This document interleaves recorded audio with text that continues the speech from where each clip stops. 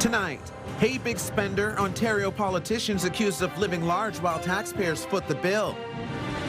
Local business owners looking to escape counter tariffs, now reluctant to deal with American companies. Plus, why wildfire season in Northern Ontario could be keeping a local dog rescue quite busy.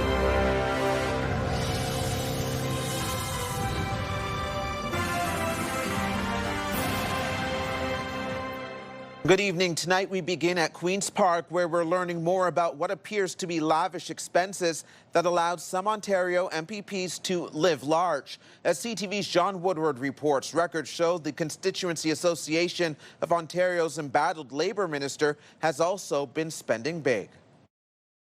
Years ago, Northumberland Peterborough MPP David Piccini could be spotted at events at a local pub in Port Hope. After he became Labour Minister in late 2023, records show something changed. Hospitality costs borne by his constituency association swelled from $12,000 to almost $50,000, buoyed by $1,800 at the Four Seasons, $2,000 at the conservative Albany Club in Toronto, $237 at the Antonio Park, a luxury restaurant on the 51st floor of the Manulife Centre. These folks, they're living large. A lifestyle, says Liberal interim leader John Fraser, that happened as Piccini gained control over $2.5 billion in a government jobs fund. You see this gigantic increase in donations, which relates to the Skills Development Fund. Piccini already facing an Integrity Commissioner investigation over whether he broke the law in giving out those grants, something he's always denied. The association's chief financial officer doubts Piccini was living large on donations from people trying to get grants. I really doubt it. He's a pretty honest guy. I doubt if there's anything like that going on with David Piccini. The PC's reeling this week after revelations former Tourism Minister Stan Cho's constituency association was spending thousands on trips and meals. Cho resigned after it emerged he'd spent more than $16,000 on hotels in Toronto, where he lives. More than a dozen nearby MPPs spent $100,000. The Premier says they'll repay it. If you guys think for a second I'm happy about this, you're wrong. It's unacceptable. The Premier said, I deserve a luxury private jet, so I'm buying one. So everybody else is just following suit. The Constituency Association records are kept at this Elections Ontario office on paper, something one watchdog wants to change.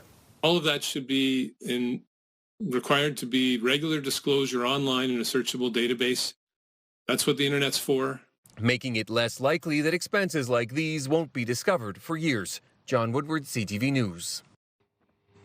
While Ford's MPPs are accused of spending scandalously, there are Ontario residents in dire need. Not only have some wildfire victims suggested they feel forgotten, here in our neck of the woods, there are flood victims still struggling to recover 3 weeks later. CTV's Austin Lee tells us about a woman in Ottawa's West End who says she may lose her entire life savings.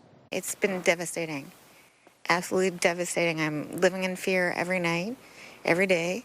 3 weeks after the Canada Day storm sent wastewater rushing into her basement, Catherine Peterkin is still searching for answers from her insurance provider. Some people got clear water in, I got poop water in my house. To make matters worse, before the flood, she took on a significant amount of debt to renovate her home. I took out so many loans on my house, over $135,000, and I'm now struggling to make payments while I'm trying to refix my house. Her plan, to sell the home as soon as the work was done. And according to her realtor, in November, he said he could list the house for $400,000. When it came out in March, he said he could list it for over $600,000. But now she needs to redo nearly all of the work. The parent company of Economical Insurance says we continue to be actively engaged throughout her claim, maintaining regular contact, adding we remain committed to working closely with her to complete the remaining repairs as quickly as possible. The company has also replaced her hot water tank and has committed to replacing her furnace. But Peterkin still has pressing questions. Freaking call me back. Just give me an estimate so I can start getting the work done. The Insurance Bureau of Canada says this type of insurance claim usually takes up to 6 weeks. But on the scale that we saw on July 1st, where there were somewhere in the neighborhood of 6,000 people affected, these things can take longer. But time is something Peterkin may not have. I don't have money to cover my financing. So I have about 2 to 3 months left before I have to file for bankruptcy. Austin Lee, CTV News. CTV Ottawa has extensive coverage of the now infamous Canada Day storm. Just go to our website, ctvnewsottawa.ca. And here's a live look through our Centennial Glass sky cam. It is 20 degrees and relatively calm conditions outside right now. But after an intense weather day that came with a short-lived tornado warning, Jackie Pears joins us with what else we can expect. Jackie.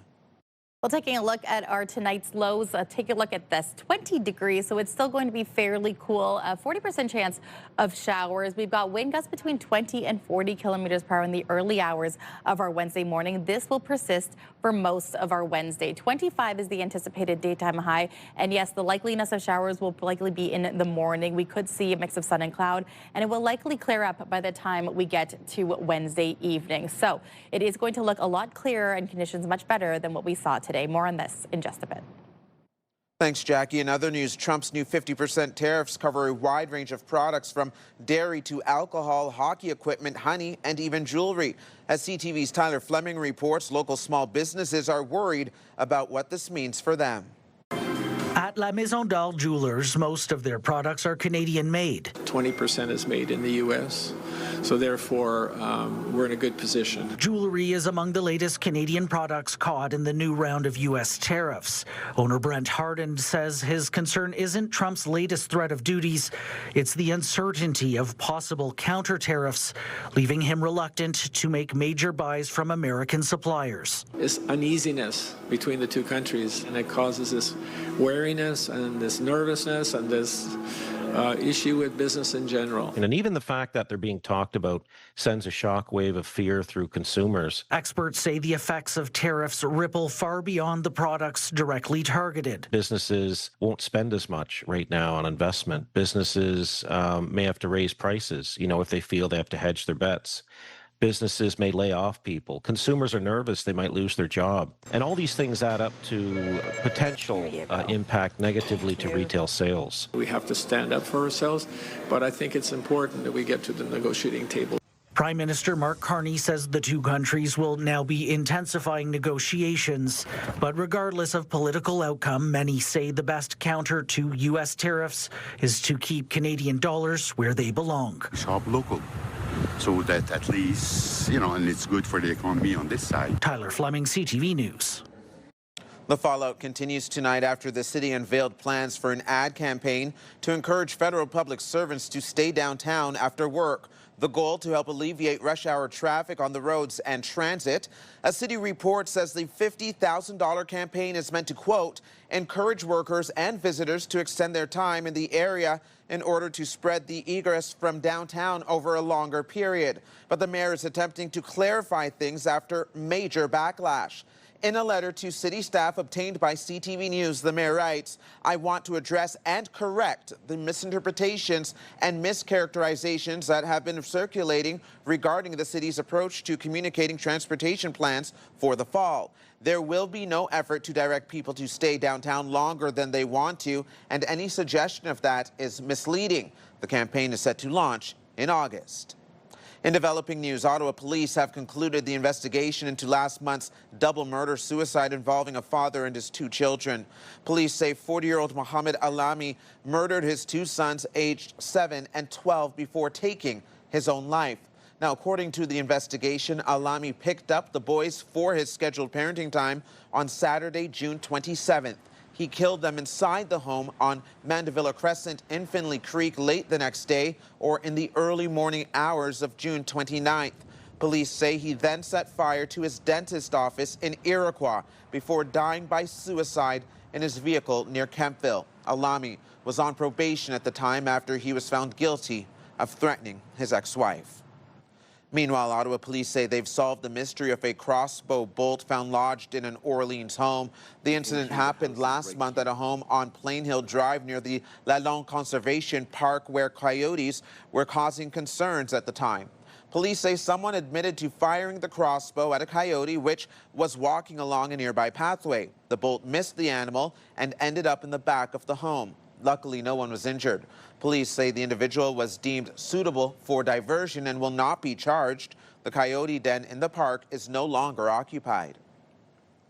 Also, investigators are searching for the cause of a house fire near Mooney's Bay. It broke out around 4:15 this morning on Flannery Drive. Multiple people called 911 about the blaze and also reported hearing a loud bang. When firefighters arrived to the scene 4 minutes later, the home was fully engulfed in smoke and flames, and the fire had spread to the roof of a neighboring house. No one was inside the home at the time. At one point, firefighters were forced to evacuate because of a partial structural collapse. The fire was under control. About an hour later, one person was assessed at the scene for a minor injury.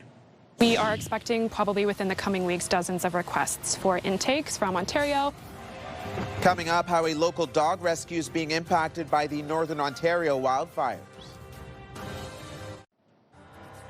Welcome back. Taking a live look at the Queensway right now. Roads are looking slick due to rainfall, and there are some scheduled construction events of note. The Ministry of Transportation warns that the 417 westbound at Richmond Road and Bayshore Drive will have some daily off-ramp lane reductions, so be on the lookout for that. And again, the overnight showers means the lanes are wet for you late-night road runners, so stay safe out there. Here's Jackie with a closer look at the forecast.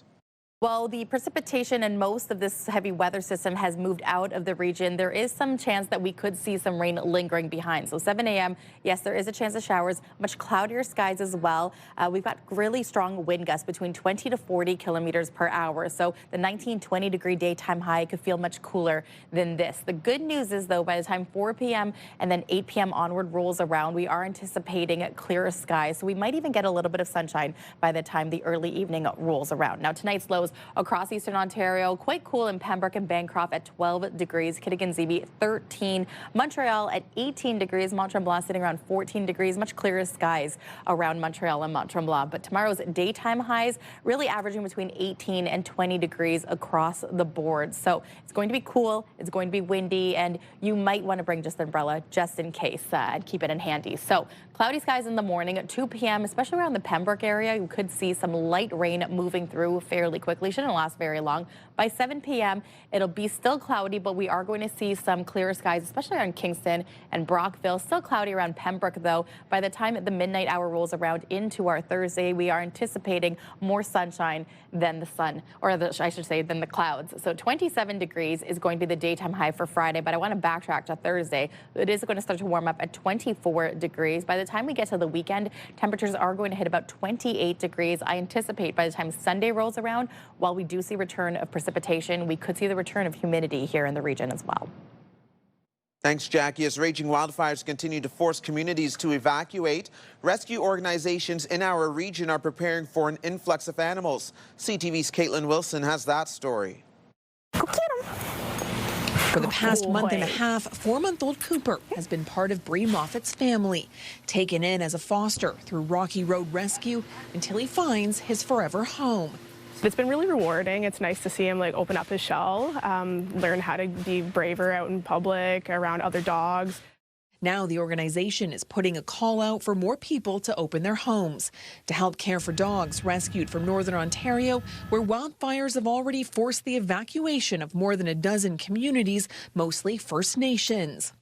We are expecting probably within the coming weeks dozens of requests for intakes from Ontario and especially Quebec as well, just based on where Ottawa is located. Last night, for example, we sent out this ambulance with a team full of volunteers to go into Armstrong. Paul Bishop is with Northern Reach Network on the front lines in Thunder Bay.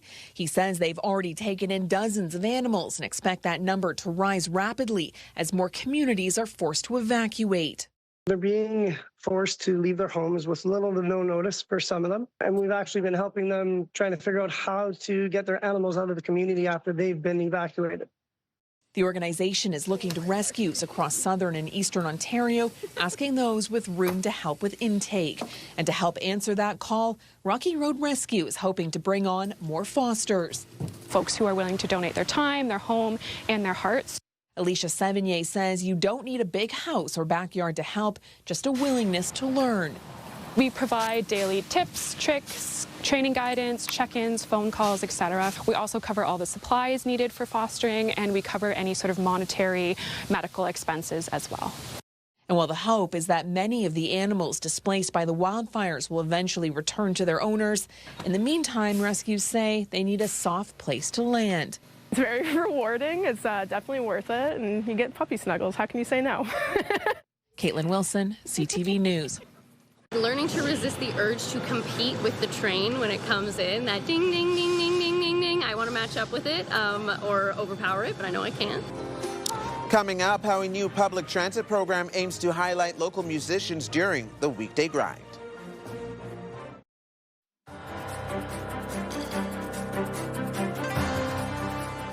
Several violent incidents in the ByWard Market recently, but today Ottawa's police chief says the area is safe. CTV's Dylan Dyson tells us why. Living and working at the corner of George and Cumberland Streets for more than 20 years, Dong Wang sees everything that happens at this intersection. They always fight to go there. Bunch of people. He has a big axe in his time to fight. And lately, Wang says the violence in the area is getting worse. Last Friday, actually, another stabbing over there. Over the weekend, police were called to Cumberland and George for an assault on Saturday and then called back again on Sunday for another incident. Two men both suffered head injuries over the weekend.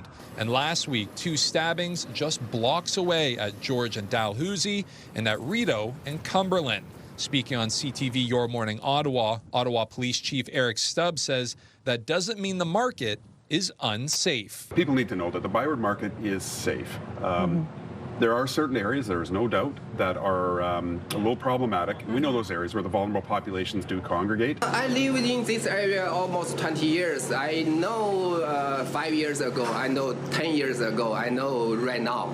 So from my view, right now, not safe. Stubbs says recent violent incidents are not random and that Ottawa police have a comprehensive plan to be present in the ByWard Market. We also have our Market Safe program where in the evenings and late into the night, we have extra officers to ensure the safety in the bar district as well. But those who have been present in the market for years are not convinced. Right now, many people told me they feel unsafe. Dylan Dyson, CTV News. Well, there's a new soundtrack to your daily commute. OC Transpo's new O-Busker program started this week. CTV's Leah LaRocque has more. A train's bell isn't the only sound at Bayview Station. Clarissa Fortin's voice fills the platform with a melody that cuts through the morning rush. Learning to resist the urge to compete with the train when it comes in, that ding, ding, ding, ding, ding, ding, ding. I want to match up with it or overpower it, but I know I can't. So. She is one of dozens of buskers whose latest gig is along the Confederation line. The O-Buskers program is made up of about 60 local musicians volunteering their time. Oh, lovely.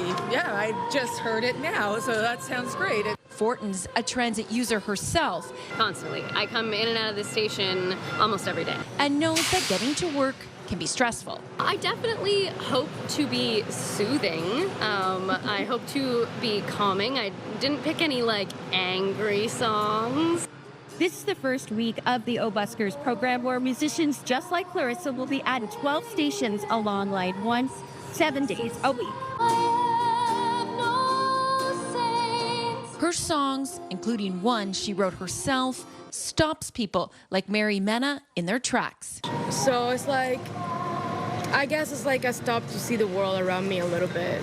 Not be so centered and where I'm going, where I'm coming from. OC Transpo wants to run the program year-round. Oh, it's fantastic. It's great to see them out and have a little bit more community in the beginning of the day. For Fortin, it's a chance to turn an ordinary commute into an unexpected concert. Even if I play a song that's a little bit obscure, it might be a song that's really special to somebody, and that might get their attention. And yeah, the randomness of being a part of someone's day, even for a little bit. Leah LaRocque, CTV News. The leading theory is that GLP-1s can affect the part of the brain that control feeling full and feeling rewarded. Just ahead, the benefits of medication like Ozempic grows. Details of the new findings shortly.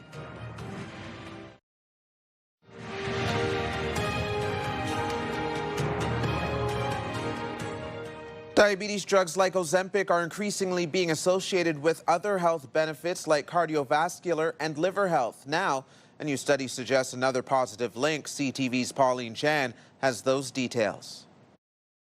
GLP-1 agonist drugs like Ozempic and Wegovy were first used in controlling diabetes, then for weight control. We've seen how they can help with cravings related to food. And so the leading theory is that GLP-1s can affect the part of the brain that, control feeling full and feeling rewarded. And so kind of lends itself to thinking maybe that could work for alcohol and drugs. They looked in different relevant populations. So one was a group of people with diabetes that is the primary group who these drugs are prescribed for. A second group was people with obesity who didn't necessarily have diabetes. And then the third study was interesting, was a study of people with alcohol use disorders. U.S. researcher Emma Haller says the reduction in alcohol-related hospitalizations was significant for all three groups. So in the diabetes and obesity medication comparisons, the risk was about 22 to 32% lower. Toronto liver specialist Dr. Jordan Feld says the numbers were even more striking for those with alcohol use disorder. In the alcohol group, they're actually comparing the GLP-1 agonists to treatment for alcohol use disorder. So other drugs that are used to try to reduce alcohol use in people with alcohol use disorders. And they actually found a much more significant effect, about a 2/3 reduction. So 65% reduction in admission for alcohol-related complications. Haller says more study is needed, but this is not the first study to look at GLP-1 agonists in connection with addictions. Could these drugs someday be used in addiction treatment? I definitely think that's a possibility. It's obviously premature. We wouldn't recommend at this point using GLP-1 specifically for that indication, but I think this study, along with some of the other published literature, really gives us a sense that maybe there's something here. Pauline Chan, CTV News. In local consumer and development news, a new subdivision is coming to Barhaven. Minto Group submitting a plan to the city for a new residential area on 47 hectares of land on Barnesdale Road near Borselkane Road. It would include nearly 450 single detached homes, nearly 400 townhouses, and 98 back-to-back townhouses. When we return, an Ottawa teen living his best life after grabbing the attention of his favorite rapper.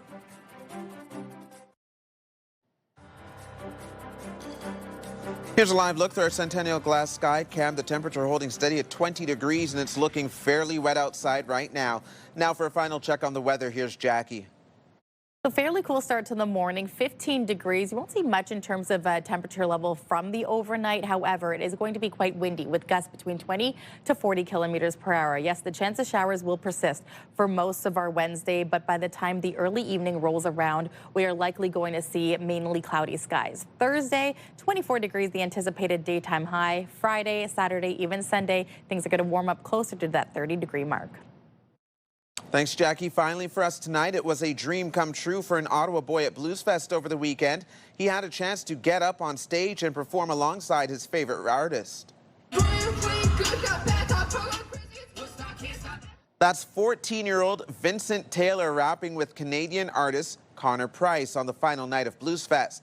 The moment was the culmination of Vincent's 28-day TikTok challenge. He created unique posts every day tagging Price and hoping to get his attention. And guess what, folks? It worked. And he's basically been posting every day trying to get my attention so that he could perform this song with me on stage tonight. When I walked out, I was really nervous walking out, but when I got there,